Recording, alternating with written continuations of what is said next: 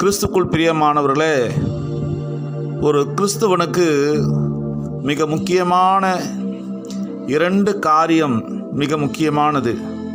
ஒன்று ஜெபம், 2வது வேதத்தை வாசித்து தியானித்தல். 2மே இல்லாத பட்சத்தில் ஒரு பறவைக்கு 2 சிறகுகள் இருப்பது போல ஒரு கிறிஸ்தவனுக்கு ஜெபமும் வேத வாசிப்பும் இல்லாத பட்சத்தில் அவன் தேவனோடு நெருங்கி வாழ முடியாத, அதே சமயத்தில் தேவனுடைய ராஜ்யத்தை நித்திய ஜீவனை அவன் சுதந்திரித்து கொள்ள முடியாது. பிரியமான கர்த்தருடைய பிள்ளைகளே, இந்த காலவெளியில் ஆண்டுடைய வார்த்தையை கேட்டுக்கொண்டிருக்கிற எனக்கு அன்பானவர்களே, நீங்கள் தொடர்ந்து தேவனுடைய வார்த்தையை சிந்தித்து தியானித்து கொண்டிருப்பதற்காக நான் ஆண்டவரை ஸ்தோத்திரிக்கிறேன். என்னோடு கூட சேர்ந்து இப்பொழுது தேவனுடைய வார்த்தையை நீங்கள் கேட்டு என்னோடு கூட சேர்ந்து ஜெபியுங்கள். நிச்சயமாகவே உங்களுக்கு இந்த கால வேளையில் தேவனுடைய வார்த்தை உங்களுக்கு ஆசீர்வாதமாக இருக்கும் என்று நான் விசுவாசிக்கிறேன். தாவீது தேவனை எப்பொழுதும் துதிக்கிறவராகவும் ஜெபிக்கிறவராகவும் தேவனை நோக்கி பார்க்கக்கூடியவராகவும் இருக்கிறார். அதனால் ஆண்டவரை எப்பொழுதும் அவரை துதித்து மகிமைப்படுத்தக்கூடியவராக இருக்கிறார். நான் எக்காலத்திலும் கர்த்தரை ஸ்தோத்திரிப்பேன், அவர் துதி எப்போதும் என் வாயில் இருக்கும் என்று சொல்கிறபடி இந்த காலவெளியில் நாம் கர்த்தரை கொஞ்ச நேரம் ஸ்தோத்திரிப்போமா? Praise Lord, praise Lord, praise Lord. கர்த்தாவே, நாங்கள் உம்மை துதிக்கிறோம், துதிக்கிறோம், துதிக்கிறோம், துதிக்கிறோம், துதிக்கிறோம், துதிக்கிறோம், துதிக்கிறோம். துதிகளின் மதில வாசம் செய்கிறவரே, தூயாதி தூயவரே, கர்த்தாதி கர்த்தாவே, ஒருவராய் பெரிய அதிசயங்களை செய்கிறவரே, மாசற்றவரே, அன்புள்ளவரே, பரிசுத்தரே, இந்த காலவெளியில் எங்களையும் ஒரு விசை பரிசுத்தப்படுத்துங்கப்பா. எங்கள் ஆவியில், எங்கள் ஆத்மாவில், எங்கள் சரீரத்தில் உண்டான எல்லா அசுசிகளை நீக்கி எங்களை சுத்திகரித்து பரிசுத்தப்படுத்துங்கப்பா. உடைய வேத வசனத்தை நாங்கள் தியானிக்கும் போது ஆண்டவரே, எங்களுக்கு வீணான சிந்தையெல்லாம் எங்களை விட்டு அப்புறப்படுத்துங்க ஆண்டவரே.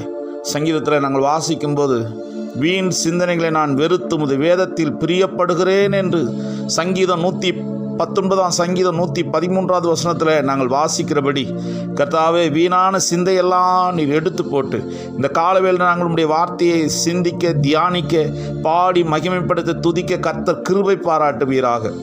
அற்புதமான வார்த்தைகள் மூலமாய், உம்முடைய வசனத்தின் மூலமாய் இந்த காலவேளை எங்களை போஷித்தருளும்.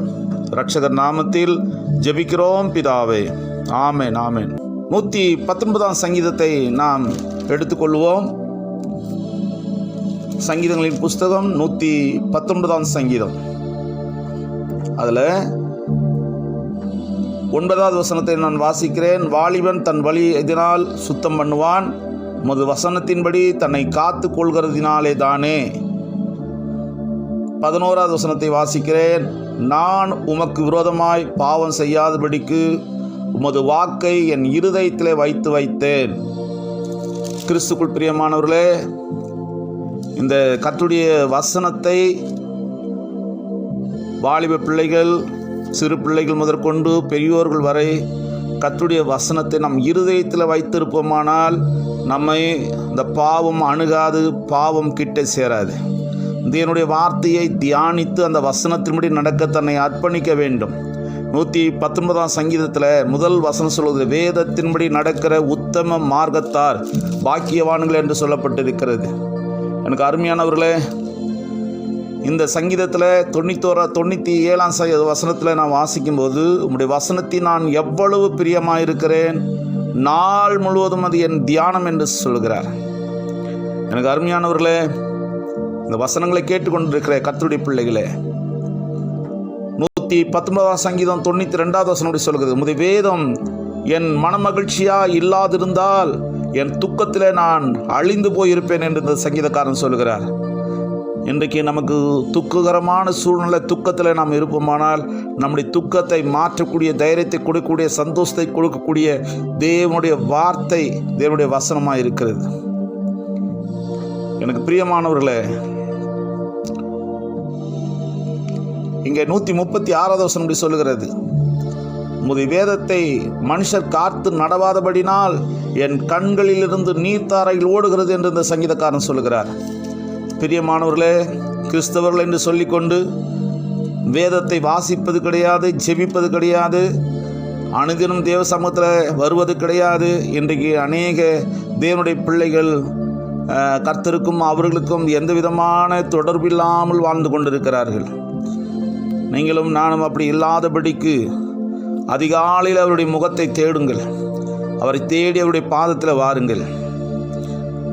இந்த சங்கீதக்காரன் சொல்லுகிறார், 119 சங்கீதம் 147 வசனத்திலிருந்து நான் வாசிக்கிறேன். அதிகாலையில் நான் எழுந்து சத்தமிட்டேன், உம்முடைய வசனத்துக்கு காத்திருக்கிறேன் என்று சொல்கிறார். 148 வசனம் சொல்கிறது, உமது வசனத்தை தியானிக்கும்படி குறித்த ஜாமத்திற்கு முன்னே என் கண்கள் விழித்து கொள்ளும் என்று சொல்கிறார். பிரியமானவர்களே, அவர் எவ்வளவு இந்த வசனத்தை அவர் சார்ந்திருந்தார், கர்த்தருடைய வார்த்தையை சார்ந்திருந்தார் என்பதை நாம் பார்க்கிறோம். அது மாத்திரமல்ல, 119 சங்கீதம் 105 வசனம் சொல்லுது, உம்முடைய வசனம் என் கால்களுக்கு தீபமும் என் பாதைக்கு வெளிச்சமாக இருக்கிறது என்று சொல்கிறார். கர்த்தருடைய வேதம், கர்த்தருடைய வசனம் நம்முடைய வாழ்க்கையில் பெரிய மாற்றத்தை உண்டாக்கக்கூடியதாக இருக்கிறது. ஆம் பிரியமானவர்களே, 19 சங்கீதத்தை நாம் வாசிக்கும்போது 19 சங்கீதத்தில் 7 வசனம் இப்படி சொல்லுகிறது, கர்த்தருடைய வேதம் குறைவற்றதும் ஆத்துமாவை உயிர்ப்பிக்கிறதுமாய் இருக்கிறது, கர்த்தருடைய சாட்சி சத்தியமும் பேதையை ஞானியாக்குகிறதுமாய் இருக்கிறது என்று சொல்லப்பட்டிருக்கிறது. அப்படியானால் வேத வசனங்களை நாம் அனுதினம் வேதத்தை திறந்து வேதத்தின் மேல் பிரியமாயிருந்து அதன் மேல் தாகமாயிருந்து நாம் வாசித்து தியானித்து அதிகாலையில் சீக்கிரமாக எழுந்து காத்திருந்து கர்த்தருடைய வசனத்தை தியானிக்கக்கூடியவர்களாய் நாம் இருப்போமானால் நிச்சயமாகவே தம்முடைய வசனத்தின்படி நம்மை ஆண்டவருக்கு நம்மை அர்ப்பணிப்போமானால் நிச்சயமாகவே கர்த்தர் நம்மை நடத்துவார்.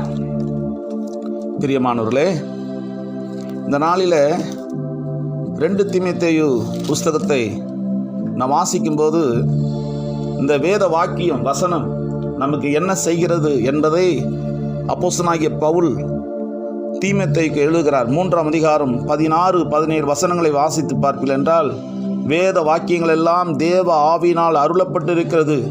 தேவனுடைய மனுஷன் தேறினவனாகவும் எந்த நற்கிரியம் செய்ய தகுதி உள்ளவனாய் இருக்கும்படியாக அவைகள் உபதேசத்திற்கும் கடிந்து கொள்வதற்கும் சீர்திருத்தலுக்கும் நீதியை படித்துக் கொள்வதற்கும் பிரயோஜனம் உள்ளவைகளாக இருக்கிறது என்று எழுதுகிறார்.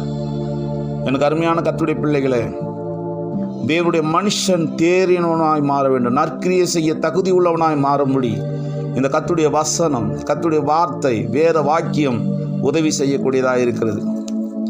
அப்போஸ்தலருடைய புஸ்தகத்தில் நீங்கள் வாசிக்கும்போது 17ஆம் அதிகாரம் 11வது வசனம் இப்படி சொல்லுகிறது. எடுத்துக்கொள்ளுங்கள். அப்போஸ்தலருடைய புஸ்தகம் 17ஆம் அதிகாரம் 11வது வசனம் வாசிக்கிறேன். அந்த பட்டணத்தார் மனோவாஞ்சையாய் வசனத்தை ஏற்றுக்கொண்டு காரியங்கள் இப்படி இருக்கிறதா என்று தினந்தோறும் வேத வாக்கியங்களை ஆராய்ந்து பார்த்ததினால் தெசலோனிக்கர்கள் உள்ளவர்களை பார்க்கிலும் நற்குணசாலிகளாய் இருந்தார்கள். நம்மை கர்த்தருடைய வசனம் நற்குணசாலிகளாய் மாற்றுகிறது. பிரியமானவர்களே, கர்த்தருடைய வசனத்தை வாசிங்கள், தியானிங்கள், ஜெபியுங்கள். எனக்கு அருமையானவர்களே, கர்த்தருடைய வார்த்தை நம்மை உயிர்ப்பிக்கக்கூடியதாக இருக்கிறது. ஒரு பட்டணத்தில் ஒரு சிறந்த தேவனுடைய ஒரு ஊழியர், போதகர், ஒரு நல்ல கல்விமான் அதிக ஆய்வு புலனுடன் பிரசங்கம் செய்வாராம். ஆனால் கடினமாய் உழைப்பார். அறிவு சார்ந்த செய்திகளை அள்ளி வழங்குவார். ஆயினும் அவருடைய சபையில் குணப்படுதல் அதிகமாய் காணப்படவில்லை. ஜனங்கள் ரட்சிக்கப்படவில்லை, மனம் திரும்பவில்லை, ஜனங்கள் கூடி வரவில்லை. அவரது உழைப்பு முழுவதும் அவருக்கு வெட்டியாக தோன்றியது. மனசோர்வுடன் ஒரு சாலை வழியே சென்று கொண்டிருந்தார். இவ்வளோ பிரயாசப்படுகிறேனே, இவ்வளோ அறிவு சார்ந்த சத்தியத்தை எடுத்து சொன்னாலும், செய்தியை சொன்னாலும் ஜனங்கள் மனம் திரும்பவில்லையே, மனமாற்றம் அடையவில்லையே, தேவன் பக்கம் திரும்பவில்லையே, தேவனை சார்ந்து கொள்ளவில்லை என்று துயரத்தோடு துக்கத்தோடு அவர் ஒரு சாலை வழியாக சென்று கொண்டிருந்தார். எனக்கு அருமையான கர்த்தருடைய பிள்ளைகளை, ஒரு முதிர்ந்த ஒரு மனிதர் சாலையில் பக்கம் கற்களை உடைத்து கொண்டிருந்தார். அவன் ஒரு கல் உடைக்கும் தொழிலாளி. அவன் பக்கம் சென்ற போதகர் அவனை பார்த்து, நீ இந்த கற்களை உடைப்பது போல என் சபை மக்களின் இருதயத்தை உடைக்க கூடுமானால் எவ்வளவு நலமாயிருக்கும் என்று தன் மனதிலே எண்ணிக்கொண்டார். முதியவர் அவரை பார்த்து சொன்னார், ஐயா, என்னை போல முழங்காலில் நின்று அடியுங்கள், என்றான். போதகர் குணப்படுதலின் இரகசியத்தை புரிந்து கொண்டார். தான் கடினமாக உழைப்பது போல ஊக்கமாக முழங்காலிலே நின்று ஜெபிப்பதை அவர் அந்த கல் உடைக்கும் தொழிலாளியின் இடத்துல அவர் கற்றுக்கொண்டார். பிரியமானவர்களே, கல் உடைக்கும் தொழிலாளி மண்டிட்டு கற்களை அடித்து நொறுக்குவது போல நாமும் மண்டிட்டு ஆத்மா ஆதாயத்திற்காக தேவனை நோக்கி ஜெபிக்க வேண்டும் என்று அறிந்து கொண்டார். அன்று முதல் ஆச்சரியமான குணப்படுதல் தொடங்கியது. அவர் கண்ணீரோடு முழங்காலில் நின்று ஜெபிக்க ஆரம்பித்தார். அநேகர் மனம் உடைக்கப்பட்டவர்களாய் மனம் திரும்பி சபையில் சேர்க்கப்பட்டார்கள். பாவ உணர்வடைந்தார்கள். தேவ சித்தத்தை அறிந்தார்கள். பிரியமான கர்த்தருடைய பிள்ளைகளே, பாவத்திலிருந்து அவர்கள் வெளியே வந்தார்கள். பரிசுத்தத்தை நாடினார்கள். தேவ சித்தத்தை அறிந்தார்கள். இதற்கு காரணம் என்ன? அந்த போதகர் முழங்காலிலே நின்று ஜெபிக்க ஆரம்பித்தார். இன்றைக்கு நம்முடைய சபையார் ஜெபிக்கிறோமா? அப்போஸ்தலர் 12ஆம் அதிகாரம் 5வது வசனத்தில் நாம் வாசிக்கிறோம், சிறைசாலையில் இருந்த பேதுருவுக்காக சபையார் ஊக்கமாக ஜெபித்தார்கள். அதனால் தேவன் அந்த சிறைசாலையில் இருந்த பேதுருவை வெளியே கொண்டு வந்தார். எனக்கு அருமையானவர்களே, தானியேலை பாருங்கள்.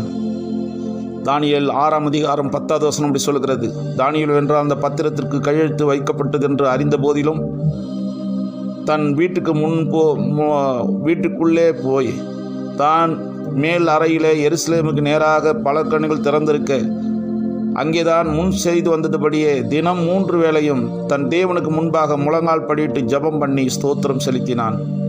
பிரியமானவர்களே, வேத வாசிப்பும் ஜெபமும் மிக மிக முக்கியமானது. வேத வாசிக்கிறோம், அதை தியானிக்கணும், அந்த வசனத்தை தியானிக்கணும். தியானிப்பது மாத்திரமல்ல, அதிக நேரம் தேவ சமூகத்தில் நின்று நாம் ஜெபிக்க வேண்டும். ஜெபம் என்பது கர்த்தரோடு பேசுவது. கர்த்தரோடு பேசுவது. வேதம் வாசிப்பது என்று தேவன் நம்மோடு கூட வேதத்தின் வசனத்தின் மூலமாய் பேசுவது. இதை நாம் அறிந்து கொண்டு தேவ சித்தத்தை செய்வதற்கு, தேவனுடைய விருப்பத்தை நிறைவேற்றுவதற்கு, கர்த்தருடைய நாமம் மகிமைப்படுவதற்கு, பிரியமானவர்களே, தேவனுக்கு உகந்த மகனாக மகளாக நீயும் நானும் இருக்க வேண்டுமானால் அனுதினம் அதிகாலையில் இருட்டோடு எழுந்து தாவீது சங்கீதக்காரனாகிய சங்கீதங்களில் எழுதப்பட்ட சங்கீதக்காரர்கள் எப்படியெல்லாம் தேவனை மகிமைப்படுத்தினார்களோ, துதித்தார்களோ, 119ஆம் சங்கீதத்தை எழுதினவர் அழகாய் சொல்லுகிறார், வேதத்தின்படி நடக்கிற உத்தம மார்க்கத்தார் பாக்கியவான்கள் என்று. வேதத்தை வாசிப்பதல்ல, வேத வசனத்தின்படி தன்னுடைய வாழ்க்கையை அமைத்துக் கொள்வது. இன்றைக்கு அப்படி நாம் நம்மை அர்ப்பணிப்போம். கட்டாயம் நம்முடைய வாழ்க்கையில் பெரிய மாறுதலை கர்த்தர் உண்டு பண்ணுவார். தேவனுடைய வருகை மிக மிக சமீபம். அதை அறிந்து கொள்ளுங்கள் அன்பானவர்களே. நாம் காலம் தாமதமானால் சீக்கிரமாய் மனம் திரும்பி, சீக்கிரமாய் ரட்சிக்கப்பட்டு, சீக்கிரமாய் அவருடைய சித்தத்தை செய்வதற்கு நம்மை அர்ப்பணிக்க வேண்டும். அவருடைய வருகைக்கு நாம் காணப்பட வேண்டும்.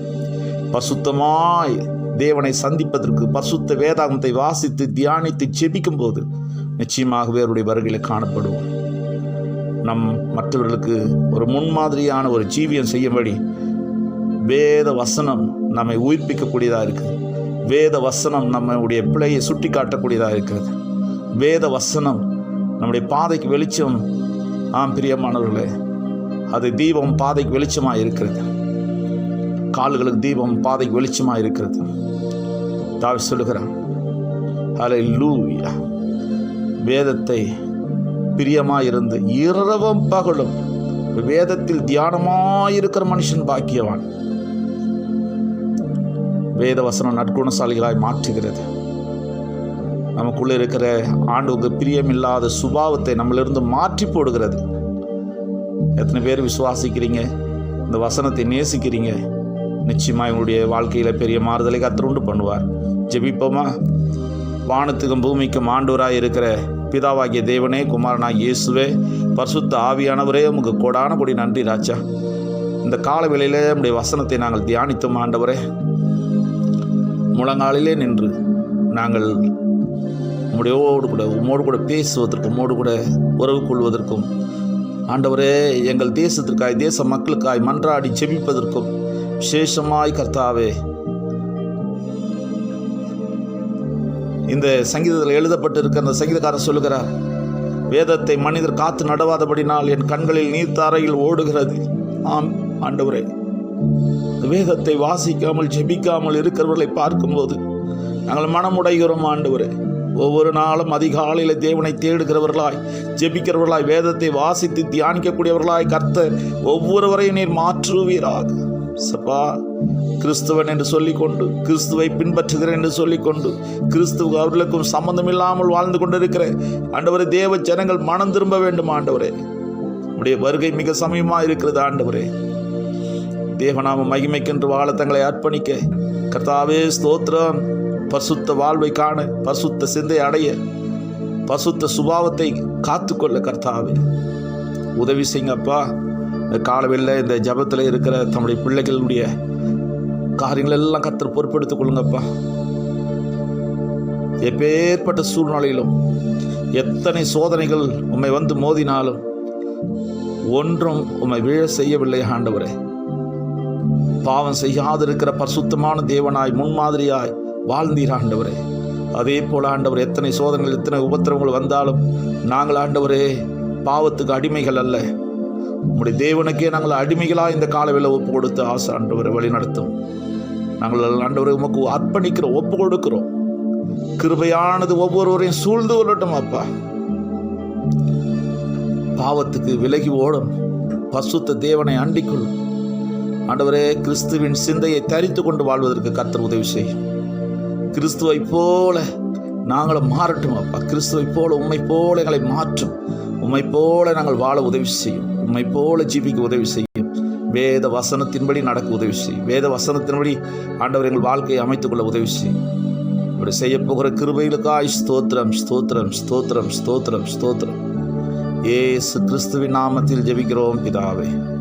ஆமென், ஆமென், ஆமென். இயேசு கிறிஸ்து உங்களை ஆசீர்வதிப்பார். God bless you. ஆமென்.